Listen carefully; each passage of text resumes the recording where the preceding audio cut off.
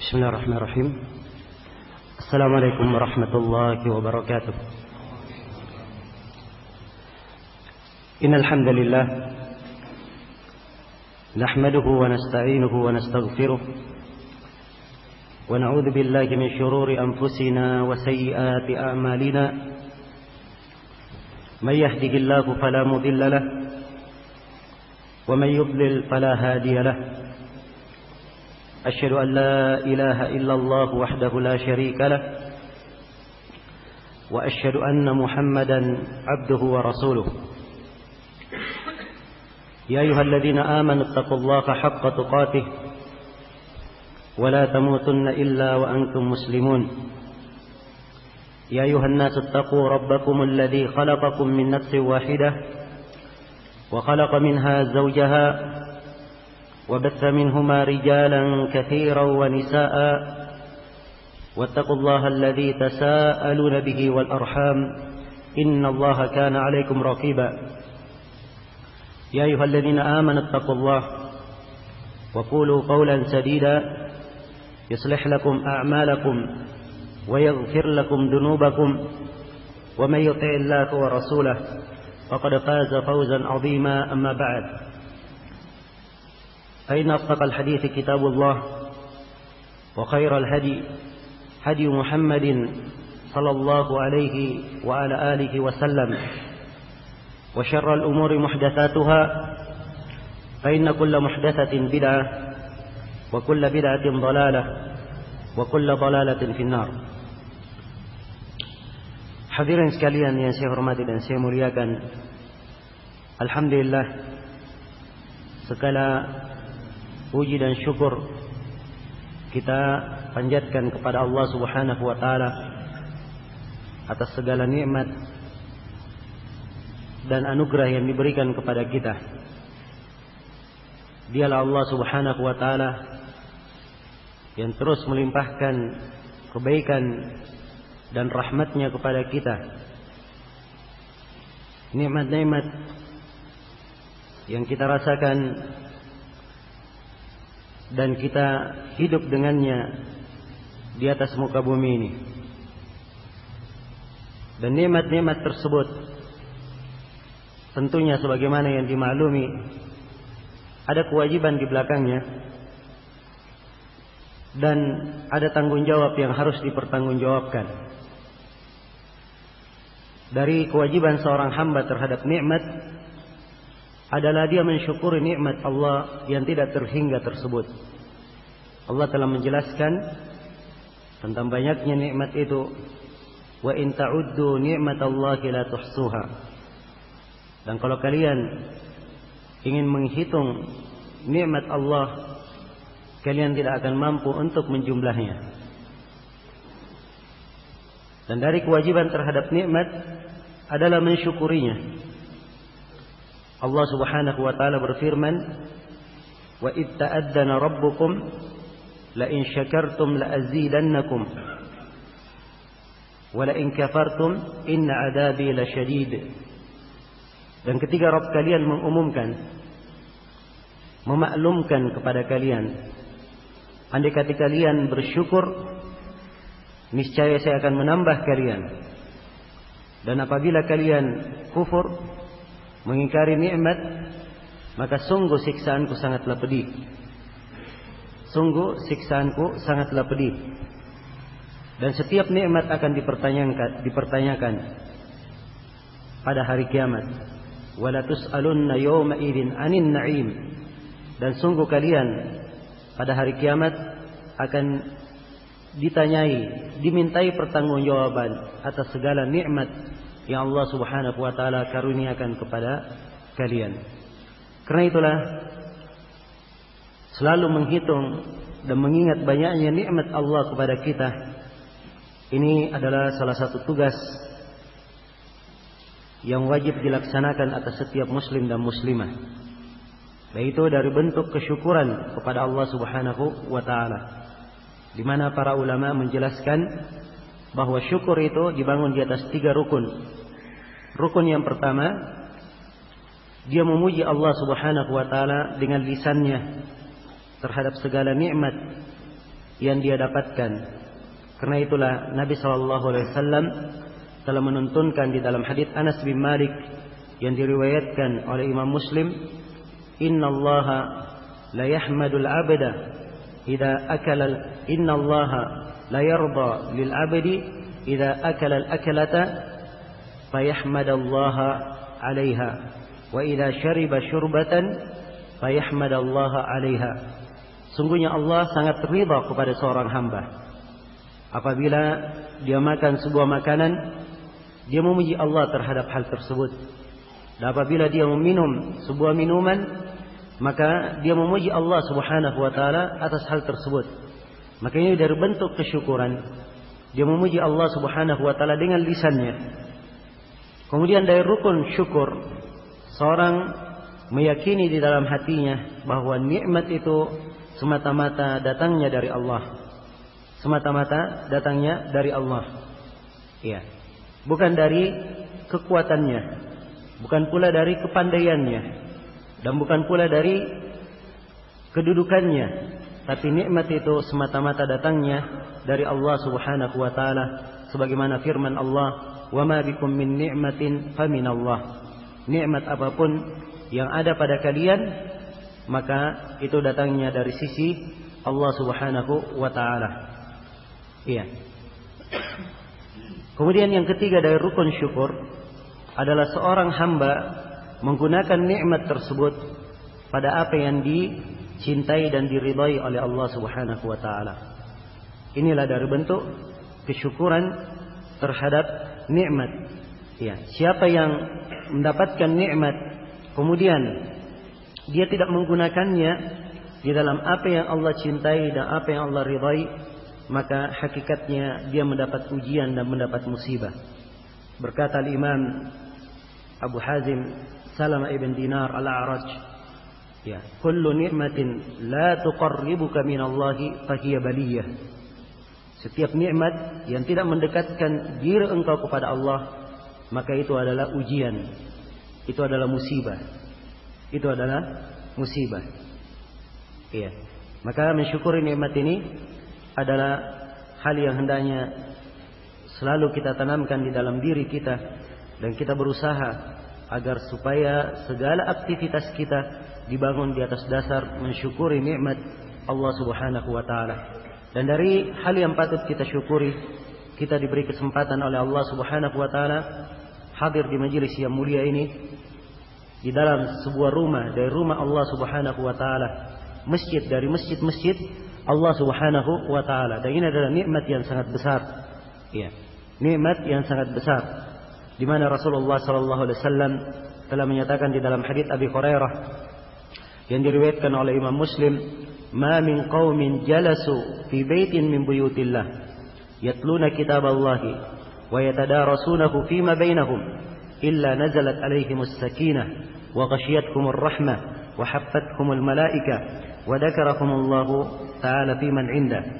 Ya. Tidak ada satu kaum pun yang duduk di rumah dari rumah-rumah Allah. Mereka membaca kitab Allah. Membaca kitab Allah. Saling mempelajarinya antara sesama mereka. Tidaklah mereka duduk-duduk dengan maksud itu, kecuali akan turun kepada mereka akan turun kepada mereka ketenangan. Mereka akan diliputi oleh rahmat, akan dinaungi oleh para malaikat, dan Allah akan menyebut orang yang hadir di majelis tersebut di depan para malaikatnya. Iya. Karena itu kita bersyukur kepada Allah Subhanahu wa taala dipertemukan di majelis yang mulia ini dalam sebuah niatan yang baik, yaitu untuk mempelajari ayat-ayat Allah Subhanahu wa taala dalam rangka mempelajari ilmu agama. Dalam rangka mempelajari ilmu agama. Hadirin sekalian yang saya hormati dan saya muliakan, tema pembahasan kita yang telah diumumkan sebagaimana yang dimaklumi adalah tafsir ayat-ayat ahkam. Tafsir ayat-ayat yang berbicara tentang hukum-hukum fikih. Dan ini adalah sebuah pembahasan yang sangat penting untuk diketahui oleh setiap muslim dan muslimah. Dan dia adalah sebuah ilmu yang para ulama menulis buku-buku khusus menjelaskan tentang rincian dan kandungan dari ayat-ayat ahkam tersebut. Iya. Dan insyaallah taala di pertemuan ini, dan semoga Allah Subhanahu wa taala memudahkannya, di pertemuan yang akan datang kita akan mengkaji ayat-ayat Al-Quran yang memuat tentang ahkam, tentang hukum-hukum.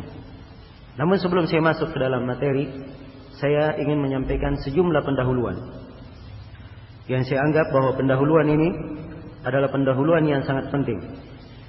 Ya. Ada beberapa pendahuluan yang ingin saya jelaskan.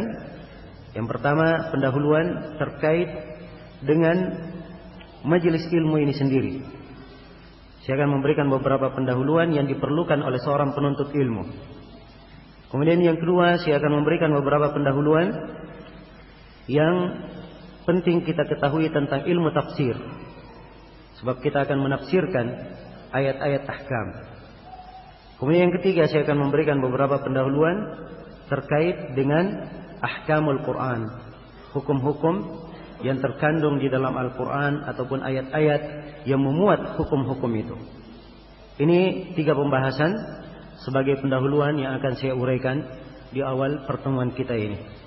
Dan insyaallah taala kalau masih tersisa waktu, kita akan masuk dan menjelaskan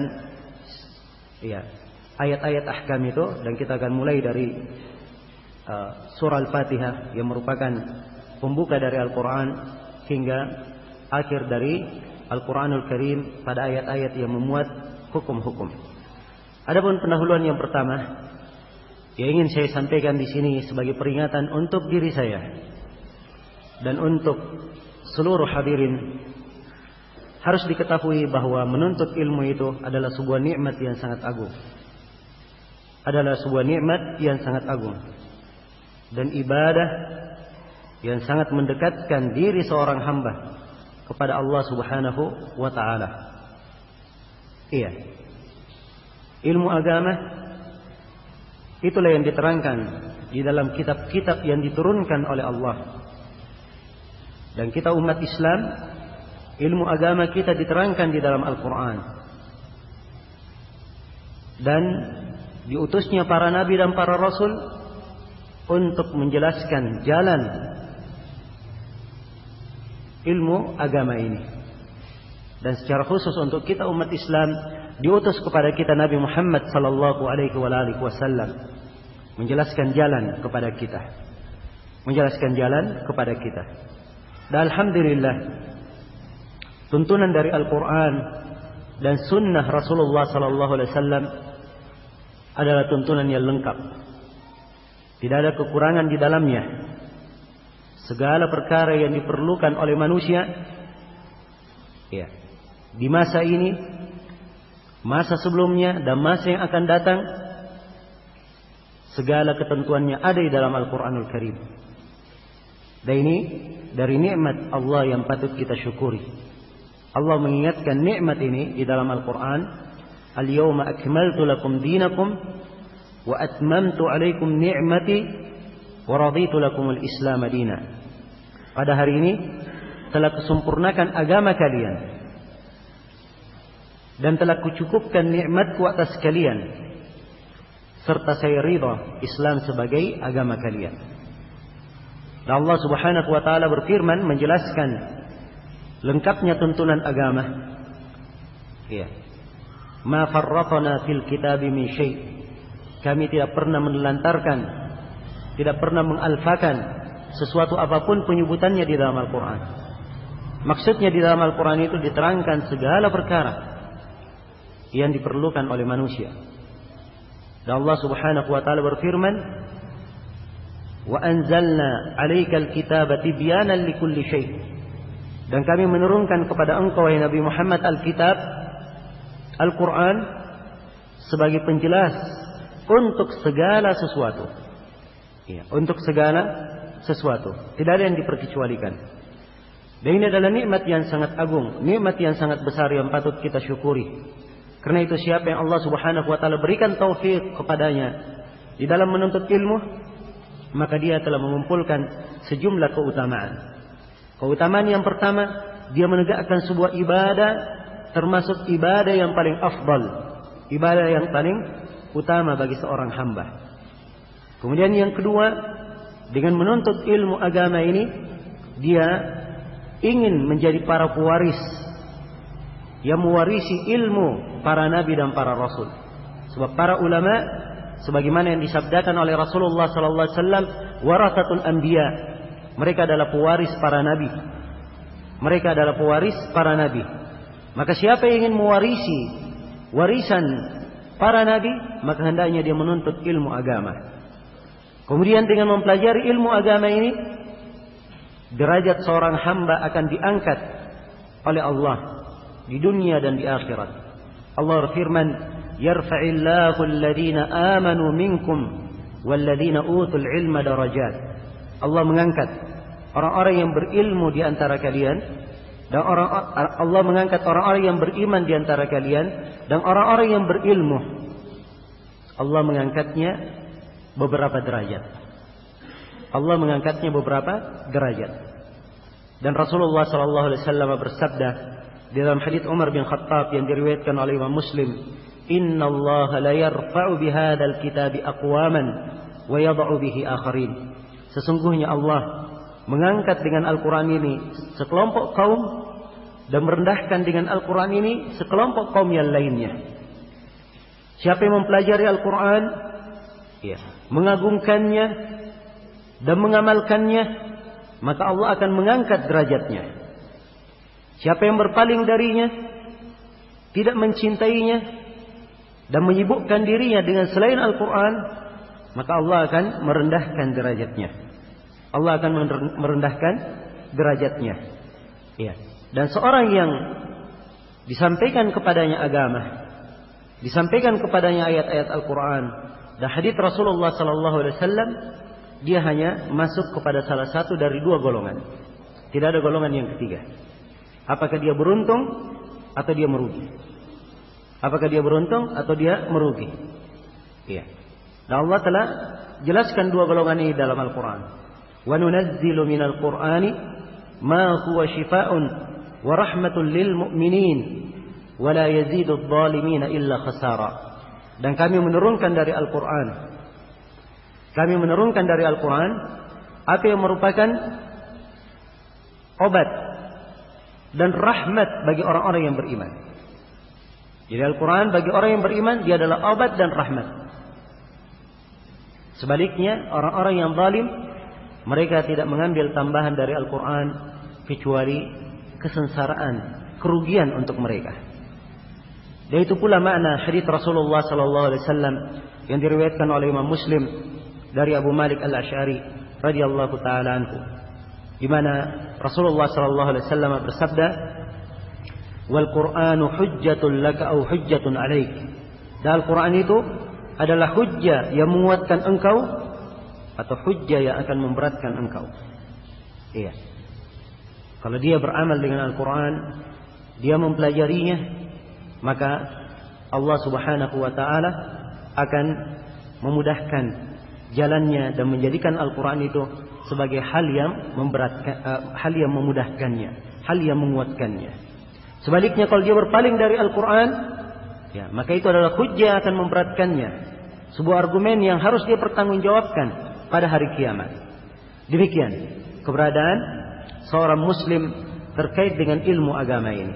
Kemudian dari manfaat mempelajari ilmu agama, ya, seorang dengan ilmu agama yang dia cari, itu artinya dia telah berjalan menuju kepada sorga. Dia berjalan menuju kepada sorga.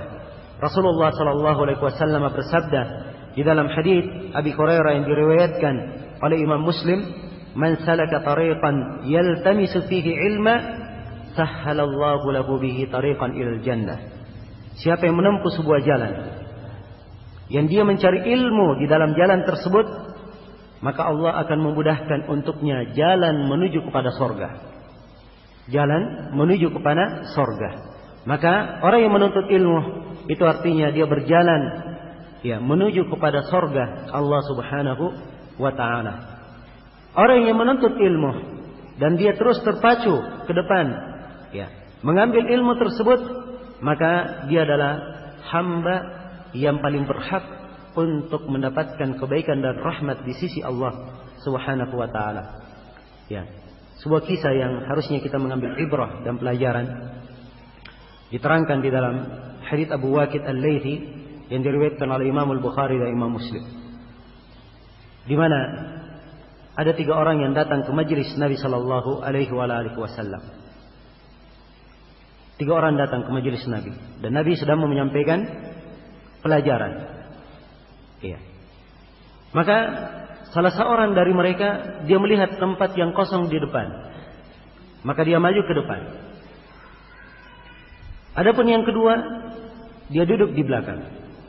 Dia malu, kemudian dia duduk di belakang. Adapun yang ketiga, dia berpaling meninggalkan majelis. Maka Nabi terus melanjutkan pembicaraannya. Setelah beliau selesai, beliau berkata, "Inginkah kalian saya beritakan tentang 3 orang?" Adapun yang pertama, dia bersegera kepada Allah, Allah bersegera kepadanya. Adapun yang kedua, dia malu, maka Allah pun malu darinya. Adapun yang ketiga, dia berpaling, maka Allah berpaling darinya. Maka ini penjelasan 3 golongan. Bagaimana sikap mereka terhadap ilmu, dan demikian pula Allah membalas mereka sesuai dengan sikapnya masing-masing. Karena kaidah yang dimaklumi di dalam agama kita yang ditunjukkan oleh banyak dalil, al-jaza'u min jinsil amal. Balasan itu dari jenis amalan. Balasan dari jenis apa?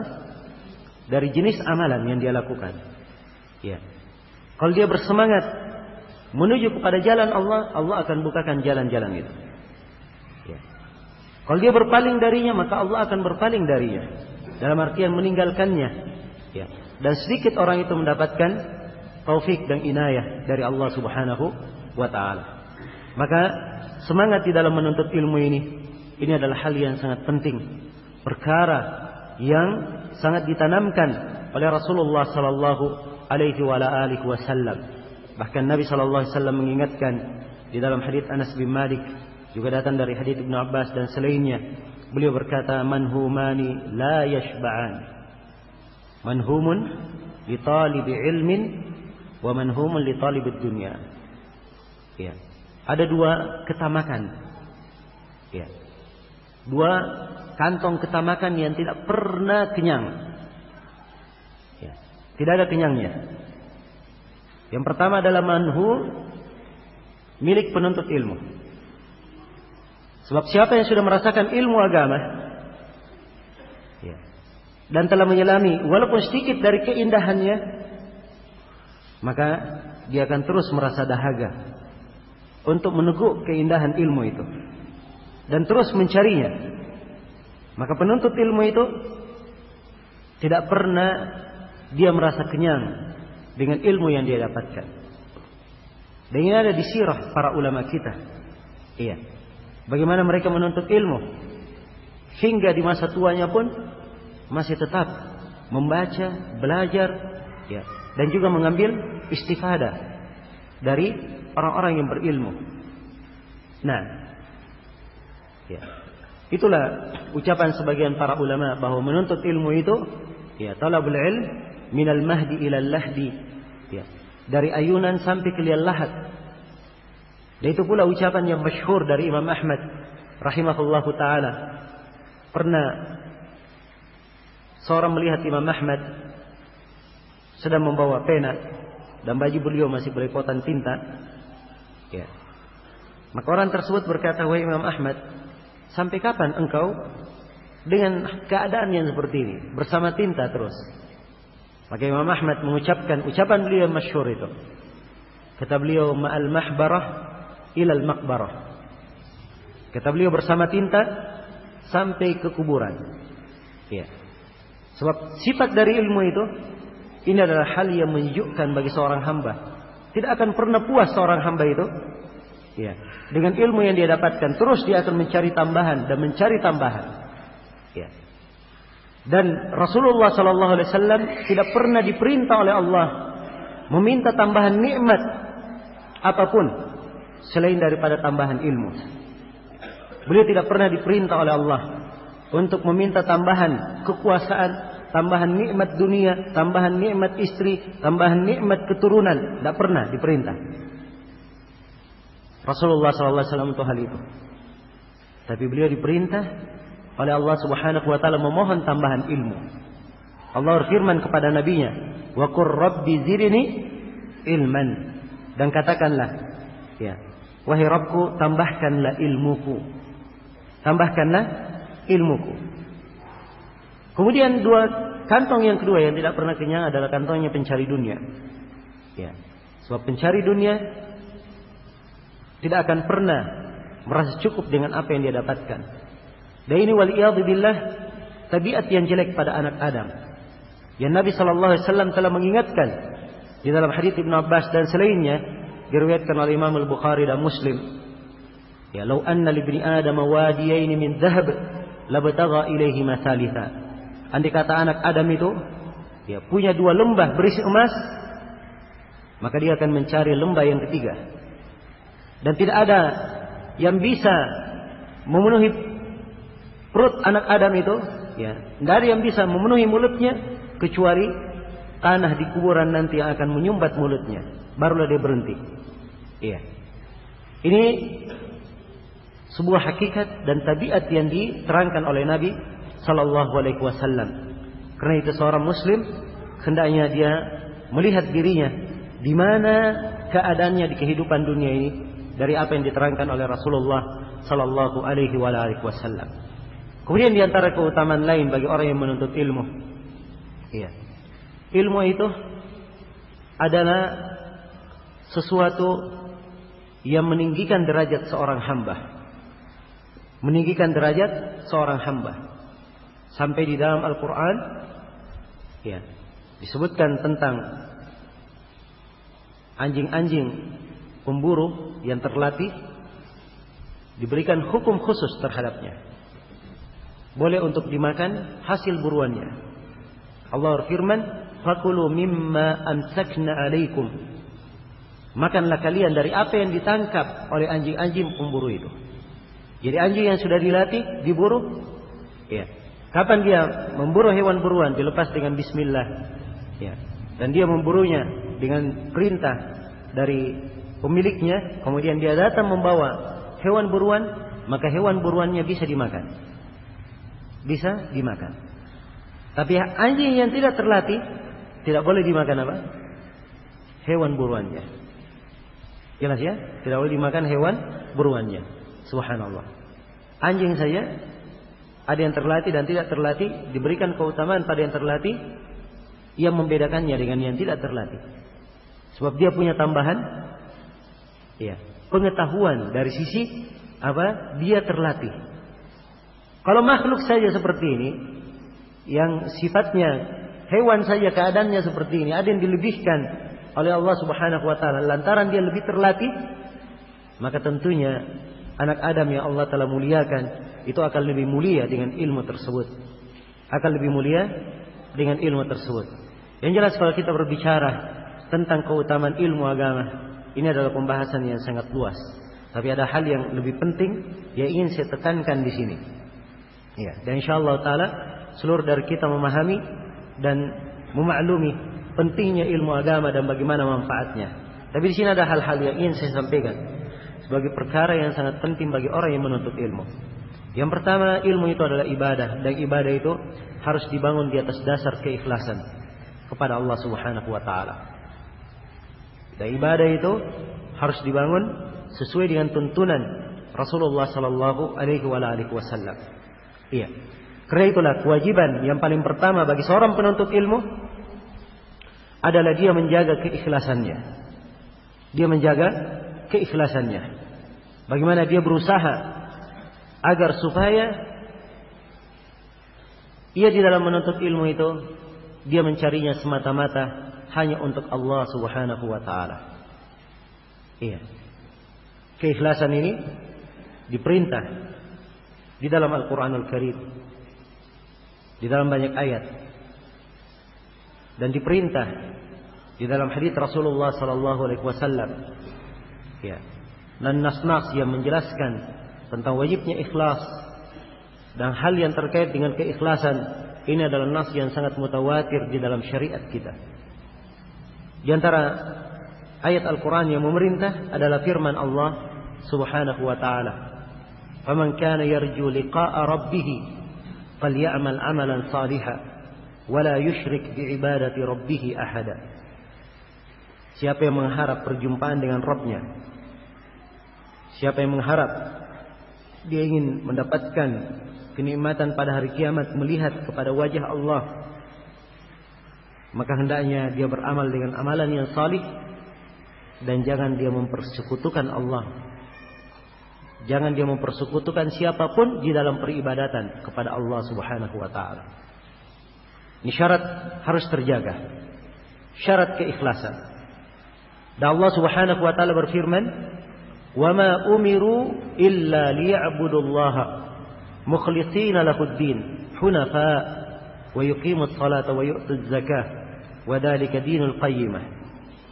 Ya. Dan tidaklah mereka diperintah. Tidaklah mereka diperintah. Perhatikan kalimat diperintah. Ini menunjukkan bahwa agama dibangun di atas perintah, dibangun di atas aturan. Ya. Dia bukan adat istiadat, bukan pula inspirasi, bukan pula warisan nenek moyang, tapi dia adalah perkara datangnya dari Allah Subhanahu wa ta'ala. Iya. Wa ma umiru illa liya'budullah. Tidaklah mereka diperintah kecuali untuk beribadah kepada Allah. Mukhlishina lahuddin, dengan mengikhlaskan agama hanya untuknya. Ya. Hunafa, dalam keadaan dia itu condong kepada tauhid, meninggalkan kesyirikan.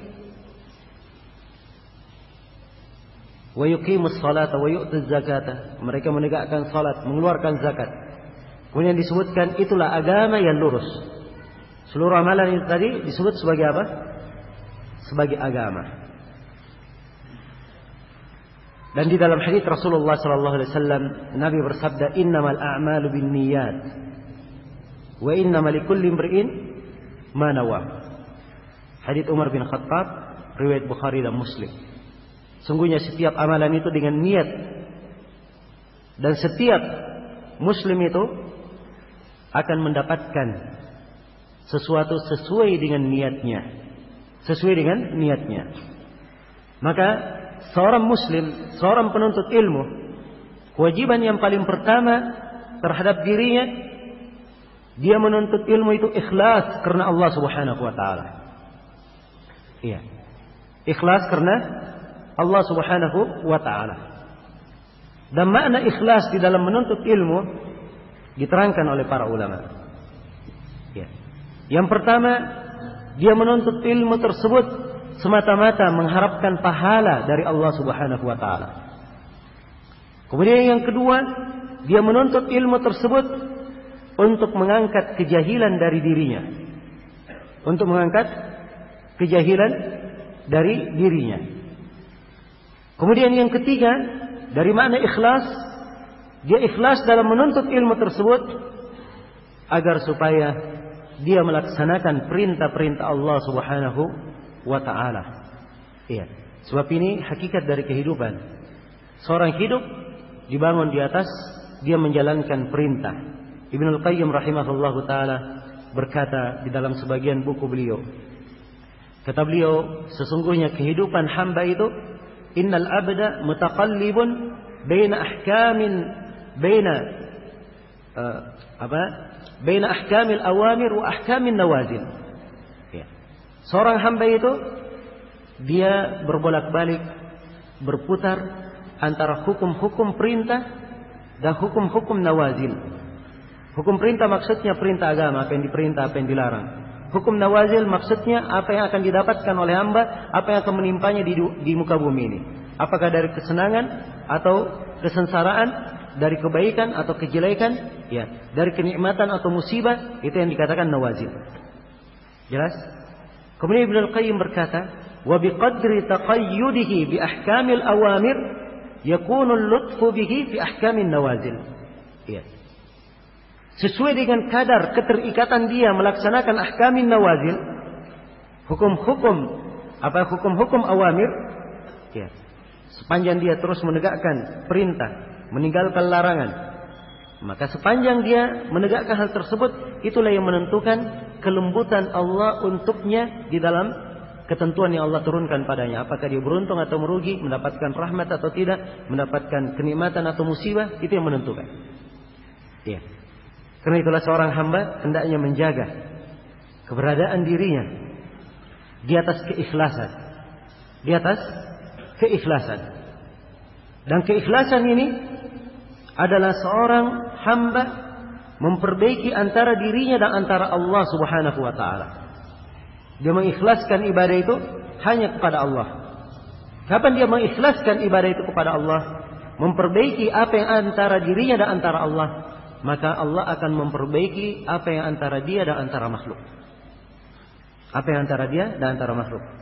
Karena itu sangat nampak sekali keagungan dari ikhlas dan manfaatnya di dalam kehidupan. Ya, manfaatnya di dalam kehidupan. Kadang seorang hamba kurang mendapatkan taufik di dalam sebuah perkara, ya, karena ikhlasnya yang sedikit. Kadang seorang hamba dia dijauhkan dari apa yang dia targetkan untuk dia capai karena sedikitnya keikhlasan atau karena hilangnya keikhlasan. Maka menjaga keikhlasan ini khususnya bagi seorang penuntut ilmu, ini adalah hal yang sangat penting sekali. Iya. Sebab ikhlas itu adalah obat bagi seorang penuntut ilmu. Dan ketidakikhlasan ini adalah penyakit. Iya. Yang akan mencelakakan seorang penuntut ilmu. Ya. Dan penyakit tidak ikhlas ini akan mengakibatkan dua kesalahan fatal pada dirinya. Yang pertama, dia akan salah pada ilmu yang dia pahami, ilmu yang dia pelajari. Kemudian yang kedua, karena ketidakikhlasan, dia salah di dalam amalannya. Iya, jelas ya. Karena itulah kalau ada keadaan seorang tergelincir di dalam kesalahan, jatuh dalam kesalahan, maka harusnya dia memeriksa keikhlasannya. Sebab mungkin itu yang menjadi sebab. Iya. Ia jatuh di dalam kesalahan amalan tersebut. Iya. Kemudian kapan seorang itu tidak ikhlas melakukan amalan, ini berarti dia di dalam perbuatannya tidak dianggap ikhlas. Dan ini merusak amalannya. Iya. Dan subhanallah, ikhlas ini sangat indah sekali bagi orang yang mengetahui bagaimana kadarnya dan bagaimana pentingnya di dalam ilmu. Dengan keikhlasan inilah, ya, para penuntut ilmu dimudahkan jalannya untuk memahami ilmu. Dengan keikhlasan ini, Allah bukakan untuknya, ya, segala sebab yang menyebabkan ia dimudahkan untuk menuntut ilmu. Dengan keikhlasan, Allah Subhanahu wa taala memberkahi ilmu yang dia pelajari. Allah memberkahi ilmu yang dia pelajari. Dengan keikhlasan Allah memberkahi apa yang disampaikan kepada manusia. Dan dengan keikhlasan ini yang mewarnai keselamatannya, kebahagiaannya di dunia maupun di akhirat. Rasulullah SAW menyebutkan 3 orang yang dikatakan awwala ma tusa'aru bihimun nar. Orang yang paling pertama kali dipanggang di api neraka pada hari kiamat. Ya. Salah seorangnya adalah seorang alim. Dia berilmu. Ya, dia berkata, saya mempelajari ilmu ini karena Engkau ya Allah. Maka Allah berfirman, kadzabta, engkau berdusta. Bahkan kamu mempelajari ilmu supaya kamu dikatakan itu sebagai seorang alim. Dan telah dikatakan ucapan itu. Maka ia pun dilemparkan ke dalam api neraka wal iyadu billah. Perhatikan bagaimana ilmu ini tidak memberikan manfaat baginya tatkala tidak ada keikhlasan.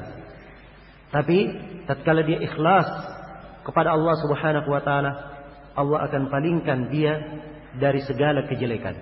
Perhatikan kisah Nabi Yusuf alaihi salam. Ya. Ini saya berikan Ya, banyak dari ayat-ayat Al-Quran kita di pelajaran tafsir. Ya, supaya kita mengambil manfaat dari istinbat ayat-ayat. Ya. Nabi Yusuf alaihissalam ketika beliau diajak untuk melakukan perbuatan keji, ya, perbuatan zina, Allah Subhanahu wa taala memalingkannya dari perbuatan itu. Ya. Padahal kalau dari sisi, ya, keselamatan beliau di dalam melakukan perbuatan, ya, dan gampangnya perbuatan itu beliau lakukan, ini semua sebab terkumpul pada Nabi Yusuf. Ya. Pertama, Nabi Yusuf bukan dia yang meminta, dia yang dipanggil. Yang kedua, Nabi Yusuf alaihissalam dia bukan orang penduduk negeri itu, dia orang asing di situ.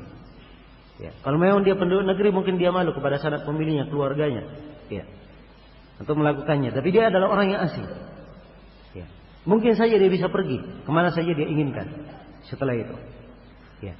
Kemudian tidak ada yang hadir di situ kecuali mereka berdua. Ya. Dalam keadaan segala hal, ya, bisa dia lakukan. Dan Allah telah sebutkan laqad hammat bihi wa hamma, laqad hammat bihi wa hammat biha. Ya, wa hamma biha. Sungguh perempuan itu sudah, ya, keduanya sudah saling berhasrat. Tapi Allah palingkan Nabi Yusuf. Kemudian disebutkan kenapa dia dipalingkan? Innahu kana min ibadinal mukhlasin. Ya, sungguhnya Nabi Yusuf ini dia adalah dari hamba-hamba yang kami jaga di atas keikhlasan. Kami jaga di atas apa? Keikhlasan. Subhanallah, karena keikhlasan beliau ini yang menyebabkan beliau dipalingkan dari kejelekan. Maka ini adalah perkara yang hendaknya dijaga. Dan Allah Subhanahu wa taala sebutkan sejumlah nabi dan para rasul, ya, di dalam Al-Qur'an Allah selamatkan dari kesulitan yang mereka hadapi juga karena keikhlasan mereka. Karena keikhlasan mereka. Ya. Dan di antara hal yang sangat menakjubkan sekali, ya, kisah yang disebutkan oleh para ulama dalam biografi Al-Imam Abu Zur'a Ar-Razi rahimahullah. Nama beliau Ubaidullah bin Abdul Karim. Ini salah seorang imam besar di masanya. Ya. Beliau ini selevel dengan Imam Ahmad. Ya. Selevel dengan Imam Ahmad dan masih berada di atas satu tingkat di atas Imam Al-Bukhari. Ya.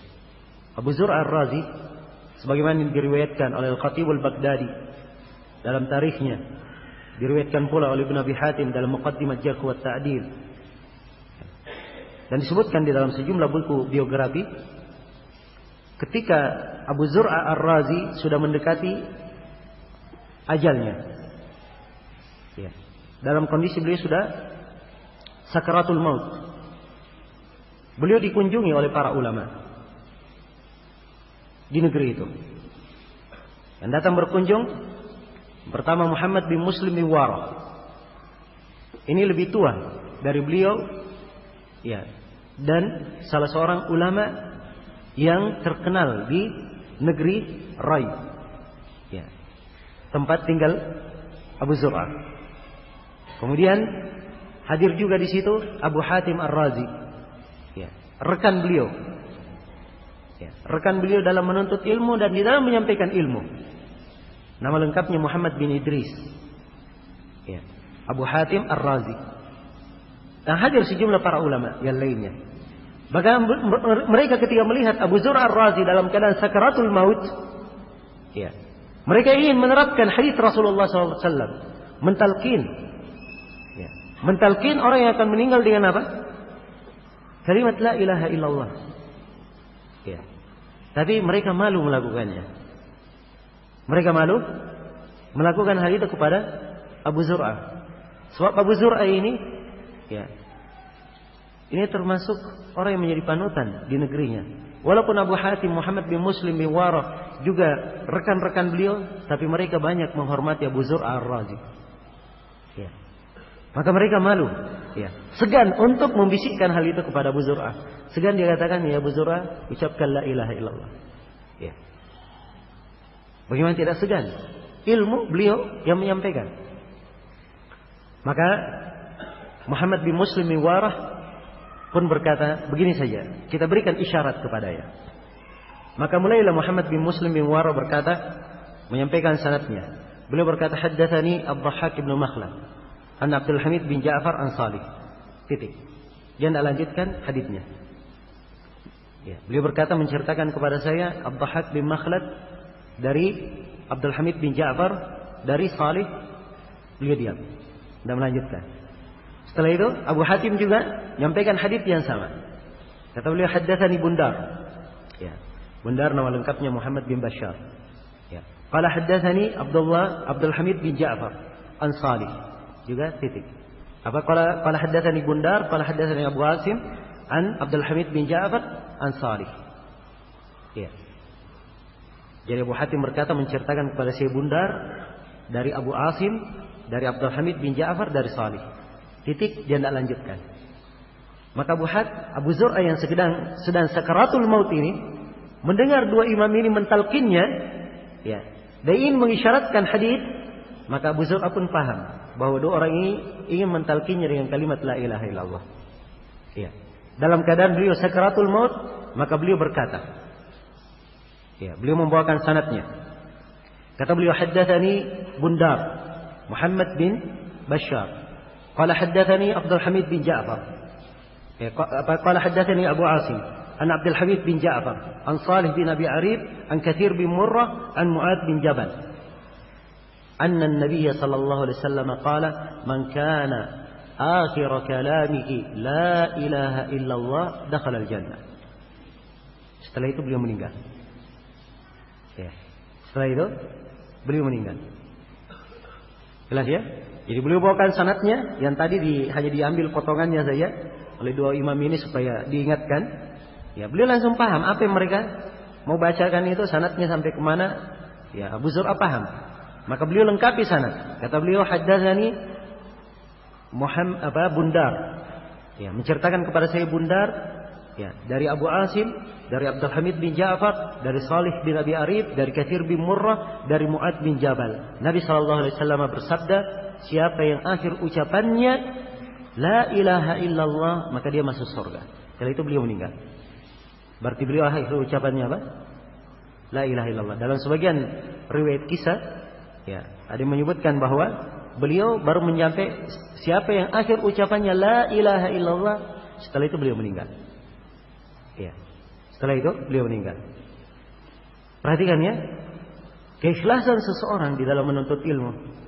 Dan ketika dia menyampaikan ilmu agama itu, mendakwakannya kepada manusia dengan cara yang ikhlas, ini akan menampakkan keberkahan di dalam kehidupannya. Ya. Sampai di sakaratul maut pun ilmu itu subhanallah memberikan manfaat yang sangat agung padanya. Memberikan manfaat yang sangat agung kepadanya. Karena itulah ikhwani fillah. Iya. Menjaga keikhlasan adalah perkara yang sangat penting. Perkara yang sangat penting. Iya. Dan jangan sekali-sekali ada yang masuk dalam menuntut ilmu dan syarat ikhlas ini kurang dari dirinya. Iya. Jangan dia masuk dalam menuntut ilmu karena hanya mengharapkan sanjungan dari si fulan dan si allan, atau ingin dikatakan begini dan begitu, atau dia hanya berbeda dengan sebagian dari kawan-kawannya, ya, dia ingin menyelisihinya. Ya. Tapi ikhlas dia melakukannya karena apa? Karena Allah Subhanahu wa taala. Kemudian yang kedua, dari hal yang hendaknya diperhatikan oleh seorang penuntut ilmu, ya, seorang penuntut ilmu itu, ya, dia hendaknya menghiasi kepribadiannya dengan akhlak dan petunjuk Nabi Sallallahu Alaihi Wasallam. Iya, sebab ilmu itu bukan dipelajari hanya untuk diketahui, tapi ilmu itu untuk diamalkan. Ilmu itu untuk diamalkan. Iya. Dan Nabi Sallallahu Alaihi Wasallam telah menjelaskan tentang ilmu tersebut dan beliau mengamalkannya. Para sahabat mempelajarinya dari Nabi dan mereka mengamalkannya serta menyampaikannya kepada umat. Iya. Inilah yang terus berjalan dan berkembang. Ya. Dan ilmu itu terwarnai pada diri mereka. Aisyah radhiyallahu taala anha ditanya, ya, bagaimana akhlak Rasulullah sallallahu alaihi wasallam? Kaifa kana khuluqun Nabi sallallahu alaihi wasallam? Maka Aisyah menjawab, kana khuluquhu Al-Quran. Adalah akhlak Rasulullah SAW itu adalah Al-Quran. Ya. Adalah Al-Quran. Maksudnya baca di dalam Al-Quran ayat yang menjelaskan tentang akhlak, kamu akan dapatkan Rasulullah SAW berakhlak dengannya. Iya. Maka ini buah dari ilmu yang hendaknya kita tanamkan di dalam diri. Kata Al-Khatib Al-Baghdadi rahimahullahu taala, al-ilmu syajarah wal amalu thamarah. Ilmu itu adalah pohon dan amalan adalah buahnya. Amalan adalah buahnya. Pohon itu tidak akan nampak manfaatnya tanpa ada buah. Dan tidak bisa tergambar ada buah tanpa ada pohonnya. Tanpa ada pohonnya. Ya. Maka harus ada dua hal. Dia berilmu dan beramal dengan ilmu tersebut. Siapa yang beramal dengan ilmunya, maka Allah akan membukakan untuknya berbagai kebaikan. Ya. Cukup di sini saya bacakan sebuah ayat yang menjelaskan keutamaan atau berbagai keutamaan orang yang beramal dengan ilmu. Ayatnya di surah An-Nisa. Allah Subhanahu wa taala berfirman, "Walau annahum fa'alu ma yu'aduna bihi, lakana khairan lahum wa ashadda tathbita, wa idzal la'atainahum min ladunna ajran 'azima, wa lahadainahum siratan mustaqima." Allah berfirman, andai kata mereka melakukan, andai kata mereka menegakkan apa yang Allah perintah mereka kepadanya. Ini perhatikan ya. Andai kata mereka menegakkan apa yang Allah perintah, apa yang Allah nasihatkan kepada mereka. Ya, kalau saya bahasakan bebas, andai kata mereka beramal dengan ilmu yang telah disampaikan kepada mereka, maka Allah menyebutkan kebaikannya, lakana khairan lahum, maka itu yang paling baik untuk mereka. Tidak ada lagi yang lebih baik daripada itu. Kalau ada yang menganggap dunia ini baik, ya, kenikmatan di dunia dia anggap baik, maka dunia dan seisinya itu tidak ada apa-apanya dibanding dengan ilmu. Beramal dengan ilmu. Beramal dengan ilmu. Maka lakana khairan lahum. Kemudian yang kedua, wa ashadda tasdita. Dan itu adalah hal yang sangat mengokohkannya. Ya, sangat mengokohkannya. Sebab orang yang beramal dengan ilmunya, mereka inilah yang akan dikokohkan kedudukannya oleh Allah di muka bumi. Ya. Apakah dari sisi makna diberikan kedudukan? Ya. Atau dari sisi makna diberikan kemapanan di dalam kehidupannya? Atau dari sisi makna Allah memberikan, ya, apa yang menyebabkan dia sejahtera di dunia ini? Atau dari sisi makna dia dikokohkan, dia dijaga tatkala terjadi fitnah dan tatkala terjadi perkara yang menyebabkan manusia itu goncang dan tidak tetap. Beramal dengan ilmu sangat bermanfaat sekali, membawa kebaikan bagi seorang hamba. Lakana khairan lahum, maka sungguh itu yang terbaik untuk mereka, wa ashadda tathbita, dan hal yang paling mengokohkannya. Ya, karena itulah sebagian para ulama mengambil istinbat dari ayat, siapa yang ingin kuat hafalan ilmunya, maka hendaknya dia beramal dengan apa yang dia hafalkan. Ya. Karena itulah kata Waqi' bin al-Jarrah rahimahullah, kunna nasta'inu 'ala al-hifdzi bil 'amali. Ya. Kata beliau, kami mengambil pertolongan untuk bisa menghafal dengan cara mengamalkannya. Dengan cara apa? Menghafalkannya. Ya. Dan ini dilakukan oleh para a'immah. Ya. Dilakukan oleh para a'immah. Karena itu beramal dengan ilmu itu adalah hal yang mengokohkan seorang hamba. Ya. Perhatikan ya. Lakana khairan lahum wa syadda tathbita. Ini dua. Kelanjutan ayat, wa idzal la'atainahum min ladunna ajran 'azima. Kalau mereka sudah melakukan itu, pasti kami akan memberikan kepadanya pahala yang sangat besar. Iya, pahala yang sangat besar. Iya. Ini keutamaan orang yang beramal. Dia menuntut ilmu, sudah mendapatkan keutamaan. Dia beramal dengannya, tambah lagi keutamaannya. Kemudian disebutkan di akhir ayat, walahadainahum siratan mustaqima, dan sungguh kami akan memberikan kepada mereka petunjuk kepada jalan yang lurus. Iya, seorang yang beramal dengan ilmunya akan dibimbing oleh Allah menuju kepada jalan yang lurus. Iya. Dan orang yang beramal dengan ilmunya, Allah akan tambah untuknya ilmu yang sebelumnya dia tidak pernah ketahui. Ya, itulah makna ucapan sebagian dari as-salaf, man 'amila bima 'alim 'allamahullahu atau warrathahullahu ilman ma la ya'lamuhu. Siapa yang beramal dengan ilmu yang diketahui, maka Allah akan wariskan untuknya sebuah ilmu yang sebelumnya dia tidak pernah ketahui. Dia tidak pernah ketahui. Ya. Dan itulah keberadaan para ulama. Ya, lihat bagaimana lautan hikmah dan bagaimana mutiara-mutiara ilmu yang mereka ucapkan. Ini karena nampak ya pengamalan mereka terhadap ilmu tersebut. Ya, pengamalan terhadap ilmu. Maka seseorang ya beramal dengan ilmu dan ilmu itu menghiasi kehidupannya. Ini adalah sifat seorang penuntut ilmu. Sifat seorang penuntut ilmu. Ya, Imam Az-Zahabi di dalam Tadhkiratul Huffaz ya menyebutkan di biografi Imam Abu Dawud As-Sijistani. Abu Dawud As-Sijistani, nama beliau Sulaiman ibn Ash'ath. Ya, penulis kitab As-Sunan yang ma'ruf.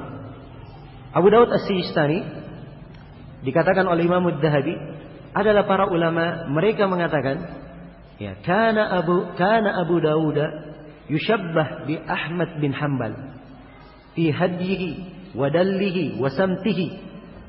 Ya. Adalah Abu Dawud As-Sijistani. Ya, beliau ini orang yang sangat mirip dengan Ahmad bin Hanbal. Sebab Abu Dawud muridnya siapa? Imam Ahmad. Karena ada buku-buku, ada sebagian buku tertulis Masail Abu Dawud kepada Imam Ahmad. Abu Dawud bertanya kepada Imam Ahmad, dibukukan. Ya. Beliau murid Imam Ahmad. Ya, jelas ya? Imam Az-Zahabi berkata, adalah Abu Dawud itu. Ya. Para ulama mengatakan dia ini dianggap sangat mirip dengan Ahmad bin Hanbal. Ya. Mirip di dalam menjalankan petunjuk, mirip di dalam memberikan pengajaran kepada manusia, dan mirip di dalam akhlaknya, penampilannya. Perhatikan. Ya, sampai sini saja tidak bersambung lagi. Dan dikatakan bahwa Ahmad itu, ya, wa kana Ahmad yushabbah biwaki'. Dan Ahmad itu orang mengatakan dia mirip dengan Waki'. Waki' bin Jarrah adalah guru Imam Ahmad, imam di masanya dari ulama Kufah, Waki' ibn al-Jarrah. Dan Imam Ahmad ini sangat mirip dengan Waki' ibn al-Jarrah. Ya. Wa kana Waki' yushabbahu bi Sufyan. Dan adalah Waki' dikatakan oleh para ulama dia sangat mirip dengan Sufyan. Siapa Sufyan? Sufyan Ats-Tsauri. Ya. Nama lengkapnya Sufyan ibn Abdullah bin Masruq Ats-Tsauri. Ini ulama'nya negeri Kufah. Ya, alimnya negeri Kufah. Dikatakan bahwa Waki' sangat mirip dengan gurunya Sufyan Ats-Tsauri dalam hal itu. Persis. Ya. Dalam mengamalkan ilmunya, dalam mengajarkannya, ya. Berakhlak dengannya, mirip. Ya. Kemudian lihat silsilah berikutnya. Dan adalah Sufyan kana yushabbah bi Mansur. Ya. Beliau itu dianggap mirip dengan Mansur. Dan Mansur ini nama guru beliau, imam juga di masanya, dari ulama Kufah. Namanya Mansur ibn al-Mu'tamir. Mansur ibn al-Mu'tamir. Dan adalah Mansur dia sangat mirip dengan Ibrahim. Yaitu Ibrahim ibn Yazid an-Nakhai. Ya. Ibrahim bin Yazid an-Nakhai. Ini juga imam di masanya. Dan adalah Ibrahim dia sangat mirip dengan Alqamah.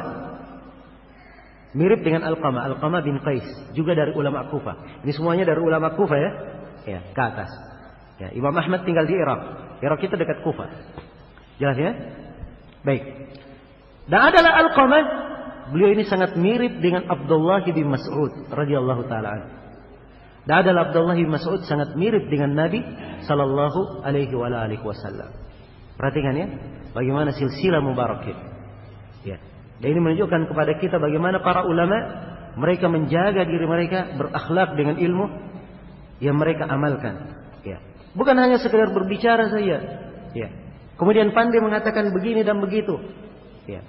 Atau pandai mengeritik orang. Kemudian pandai untuk ya, menjelaskan kesalahan ini dan itu. Tapi tidak ada amalan. Ya. Tidak terlihat akhlak seorang salafi pada dirinya. Dari akhlak yang diajarkan oleh Rasulullah sallallahu alaihi wasallam. Ini adalah hal yang Tidak boleh terjadi pada seorang penuntut ilmu. Ya. Dan ini tidak terlihat di kalangan para ulama kita.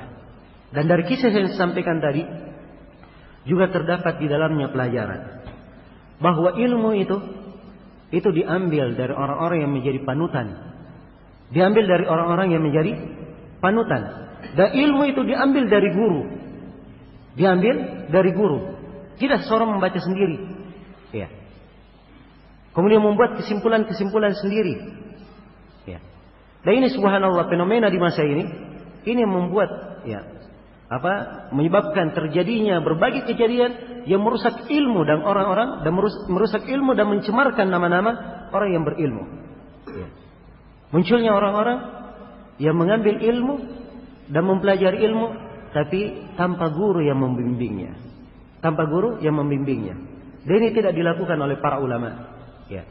Kalau ingin kecerdikan, ya, tidak ada yang lebih pandai daripada para a'immah itu. Abu Daud, Imam Ahmad, Waqi', ya, Sufyan Ats-Tsauri, Mansur bin Al-Mu'tamir, Ibrahim An-Nakhai, Alqamah bin Qais, Abdullah bin Mas'ud, ya, Imam Al-Bukhari, Imam Muslim, ya.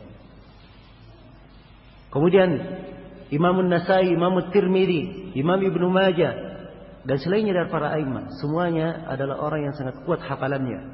Ya. Sangat kuat hafalannya. Kalau ingin dikatakan otodidak, mereka baca sendiri, bisa baca sendiri.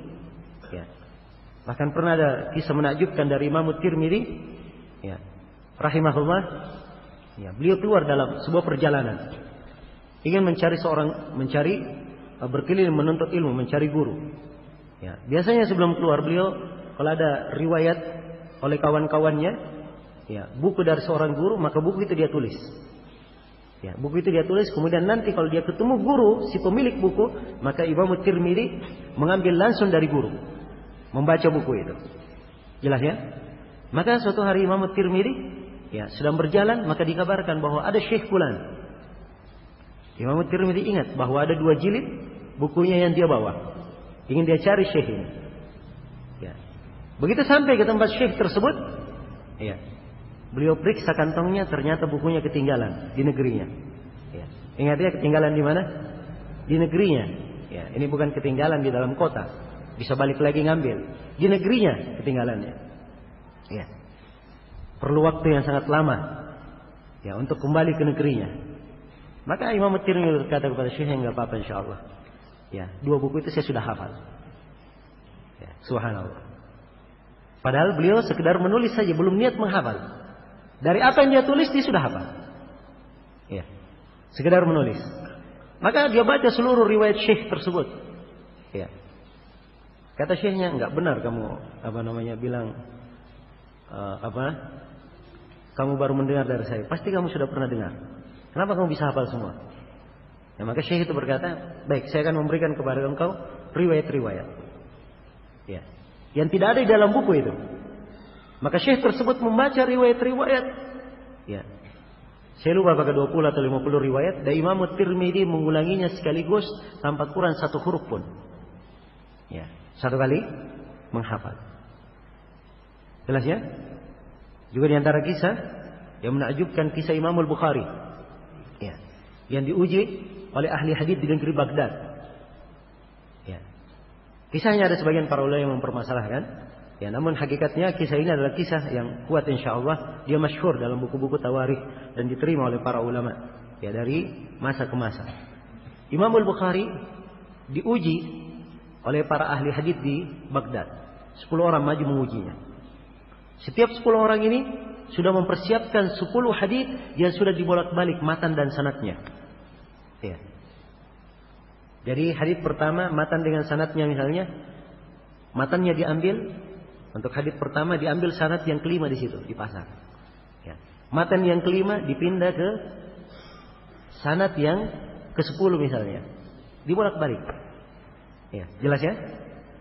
Maka majulah penguji pertama membacakan hadis yang pertama. Kata Imam Al-Bukhari, saya tidak kenal hadis ini. Ya. Kemudian dia baca hadis yang kedua, Imam Al-Bukhari berkata, saya tidak kenal hadis ini. Terus dibaca hadis yang ketiga, saya tidak kenal hadis ini. Terus habis 10 hadis, jawaban Imam Al-Bukhari, saya tidak kenal hadis ini. Ya, orang-orang yang tidak tahu, ya, Ini menganggap remeh Imam Al-Bukhari. Tapi orang yang mengerti dari ahli hadis, dia sudah tahu bahwa orang ini bukan sembarangan. Ya. Maka maju orang yang kedua. Juga jawaban Imam Al-Bukhari sama. Nggak ada yang beliau kenal hadis itu. Terus sampai habis orang yang ke-10. Lengkap semuanya 100 hadis. Setelah itu Imam Al-Bukhari berbalik kepada orang yang pertama. Ya, adapun yang kamu sampaikan di hadis yang pertama, kamu berkata begini dan begini. Dia ulangi sanad yang dia balik itu. Ya. Kamu berkata begini dan begini, ini harusnya begini dan begini. Ya. Dia ulangi satu persatu sampai kepada orang yang ke-10, 100 hadis, beliau ulangi semua 100 yang terbalik itu sambil beliau luruskan satu persatu. Ya. Ini satu kali mendengar. Jelas ya? Yang ingin saya sampaikan di sini, kalau masalah kecerdasan dan kekuatan hafalan tidak ada yang mengalahkan para a'immah itu. Bersamaan dengan itu Imam Al-Bukhari gurunya lebih dari 1000 orang.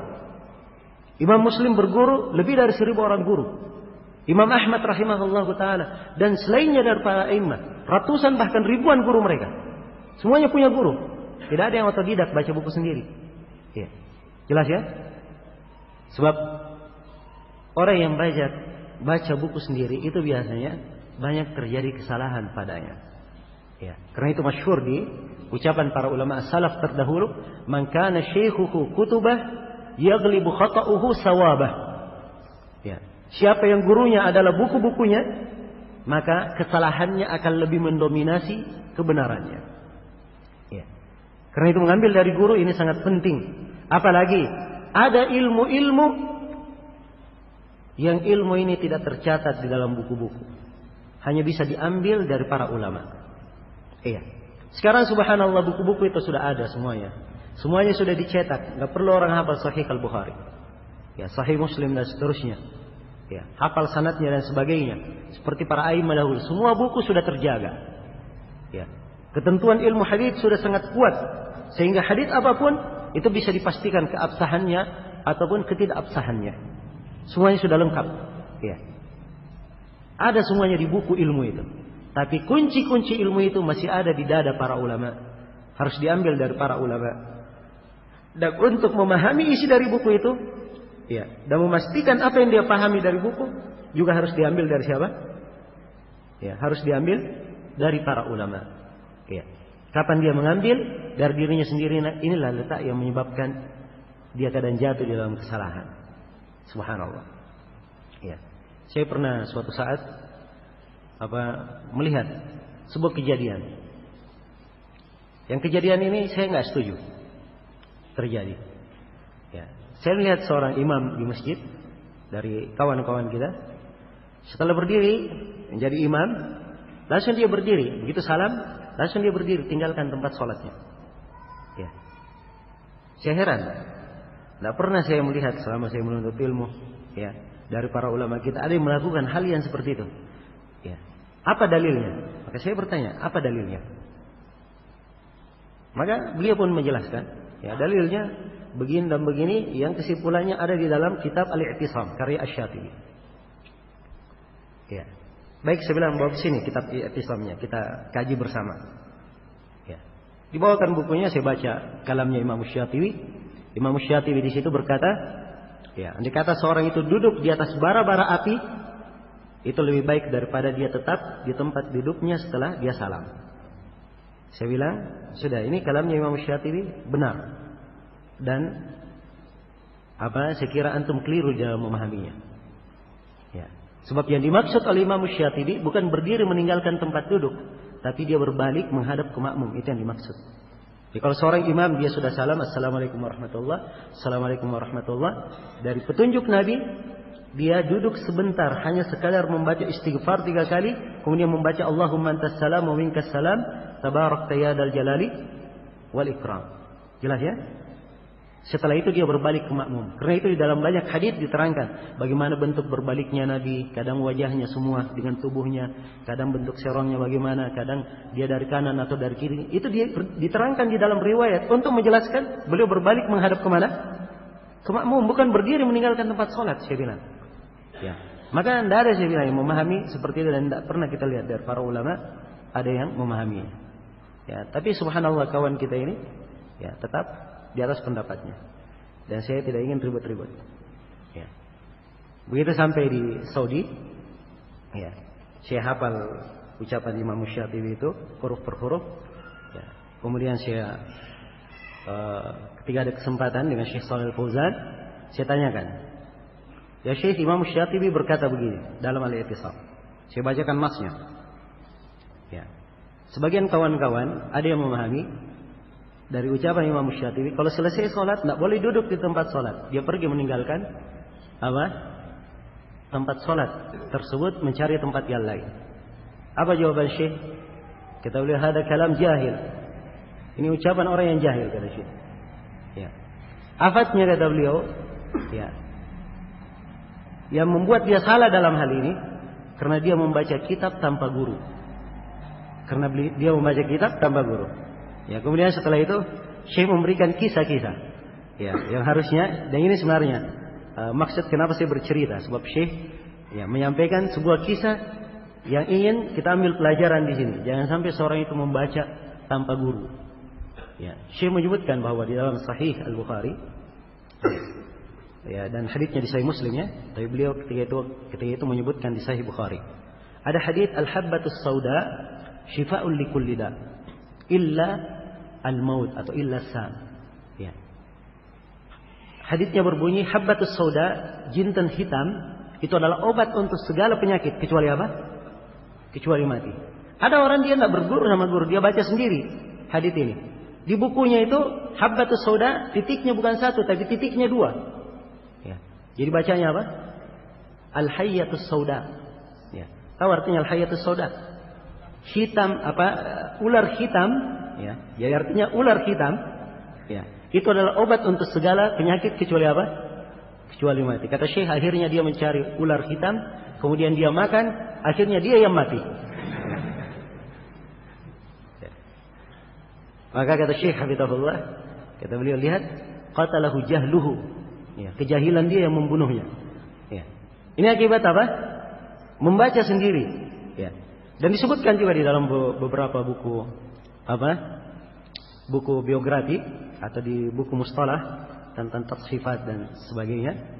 Ya, ada orang yang tiap kali ke masjid dia bawa kampak dan bawa apa? Bawa pisau. Ya. Tiap kali ke masjid bawa kampak, bawa pisau. Ya. Maka ditanyakan kepadanya, kenapa tiap kali ke masjid bawa kampak, bawa pisau? Ya. Katanya ini hadis. Ya. Riwayat Bukhari dan Muslim. Masya Allah. Ya. Riwayat Bukhari dan Muslim. Ya. Ternyata apa kisahnya? Dia membacakan haditsnya berbunyi dalam riwayat Bukhari dan Muslim. Idza ataitumus salata fa'tuha bisakinatin wa waqar.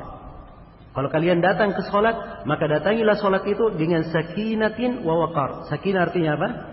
Dengan tenang. Wa waqar. Waqar itu tidak tergesa-gesa. Ya, perbedaan antara sakinah dan waqar, kata para ulama, sakinah itu apa namanya? Di dalam keadaan dirinya, dan waqar di dalam gerakannya. Semuanya tenang. Ya. Tapi orang ini dia baca sakinatin. Ya.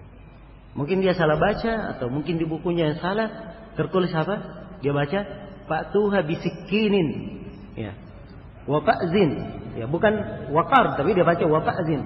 Jadi artinya datangilah salat itu dengan membawa sikin, membawa pisau dan membawa kampak. Ya. Demikian. Ini akibat apa? Tidak mengambil dari guru. Ya. Jelas ya? Dan ini contoh di dalam banyak hal. Belum lagi saya tunjukkan contoh-contoh di dalam masalah akidah. Ya. Orang-orang yang tidak bisa membedakan ya sejumlah permasalahan akidah, akibatnya karena dia tidak talaqi dari guru di dalam masalah tersebut. Ya. Saya pernah melihat ada yang menerjemah tentang masalah timbangan. Ya, di sebagian buku. Ya. Ini kita berbicara di kalangan kita. Ya. Sebab ahli sunnah itu, kata Waki' bin al-Jarrah, yatakallamuna ma lahum wa ma 'alaihim. Mereka berbicara ya, hal yang memperbaiki. Apakah itu menyinggung mereka? Ya, hujjah bagi mereka atau menyinggung mereka? Ya. Sebab yang dimaksudnya adalah apa? Memperbaiki kesalahan. Ya. Maka ada di masalah timbangan, ya, di sebagian buku tertulis seperti Imam Al-Barbahari menyebutkan dalam Syarhus Sunnah, timbangan itu lahu kiffatan wa lisan. Dia punya dua kiffah, dua anak timbangan, dan timbangan ini punya lisan. Ya. Ada yang mengartikan lisan itu artinya lidah. Ya, lisan apa namanya? Lidah yang dia artikan. Dan ini salah akibatnya. Ya, sebabnya karena apa? Tidak mengambil dari guru. Andai kata dia belajar dari guru, tidak ada guru yang akan memahamkan itu lisan bermakna lidah. Tidak ada. Ya. Dan kita baca berulang kali buku-buku akidah yang seperti ini kepada para ulama kita, tidak ada yang menjelaskannya selain dari makna lisan yang bermakna tiang yang menyangga timbangan.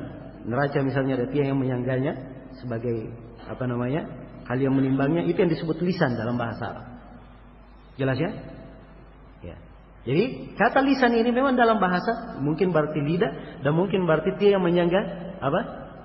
Timbangan. Kalau tidak mengambil dari guru, inilah keadaannya. Repot seperti ini. Jelas ya? Bahkan kadang juga, ya, sekarang di masa ini kadang, ya, sering muncul istilah-istilah. Ya. Ini apa namanya, teroris. Ya. Ini khawarij. Ya. Jelas ya? Atau yang semisal dengan itu. Ini penggunaan kalimat. Ya. Penggunaan kalimat. Dan dia ada keterkaitan dalam masalah akidah. Orang yang punya pemahaman akidah dan mengambil dari guru, ya, dia tidak akan menggunakan kalimat-kalimat apa namanya bukan pada tempatnya. Kadang terdengar ada yang mengatakan teroris itu sama dengan khawarij. Khawarij itu sama dengan teroris. Jadi teroris sama dengan khawarij, khawarij sama dengan apa? Teroris. Ini salah penggunaan. Jelas ya? Sebab teroris itu artinya orang yang membuat keonaran. Ya, keonarannya bentuknya apa saja? Keonaran. Ya. Apakah dan keonaran ini kalau teror, keonarannya mungkin karena dia melakukannya karena dunia dan mungkin karena apa? Keyakinan agama. Ini teror. Tapi kalau khawarij, mereka melakukan kudeta terhadap penguasa itu memang karena dia yakini sebagai agama. Ini perbedaannya. Jelas ya? Jadi kalau dia melakukannya dia yakini sebagai agama, maka itu namanya teror. Apa namanya? Khuruj, khawarij. Dihukumi sebagai khawarij. Tapi kalau dia melakukannya karena dunia, maka itu disebut sebagai ahlul bugha. Orang yang melampaui batas. Ya. Orang yang melampaui apa? Melampaui batas. Ya, karena itu para sahabat di kejadian dengan Ali bin Abi Thalib, ya. Orang yang berseberangan dengan Ali itu tidak dikatakan bahwa mereka khawarij. Ya. Jelas ya? Tapi dikatakan mereka adalah apa? Al-bugha, melampaui batas. Ya, pada ya pendapat para ulama yang apa namanya? Menterjih di dalam masalah siapa yang benar. Ya, walaupun di dalam penggunaan kalimat-kalimat itu, ya, kita di dalam hal ini, hal yang berselisih di dalamnya para sahabat, kita tidak masuk di dalamnya. Ya, siapa saja para sahabat yang berselisih dalam masalah, maka mereka antara salah satu dari dua kebaikan. Kalau ijtihadnya benar dapat 2 pahala, kalau ijtihadnya salah maka dia dapat 1 pahala. Jelas ya? Tapi di sini saya ingin menerangkan bagaimana akibat penggunaan kalimat. Ini akibatnya karena apa? Ya. Memahami sendiri.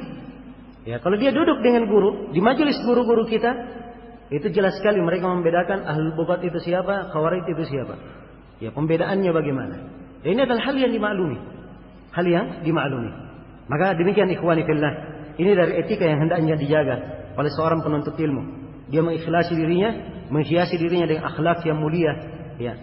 Mengukur dirinya, mengambil ilmu itu dari ahlinya, ya, dari guru, ya, dari sumbernya yang benar, Baik, ini sudah masuk waktu asar ya. Insyaallah taala setelah salat asar kita lanjutkan. Subhanakallahumma bihamdik asyhadu an la ilaha illa anta astaghfiruka wa atubu ilaik. Walhamdulillahirabbil alamin.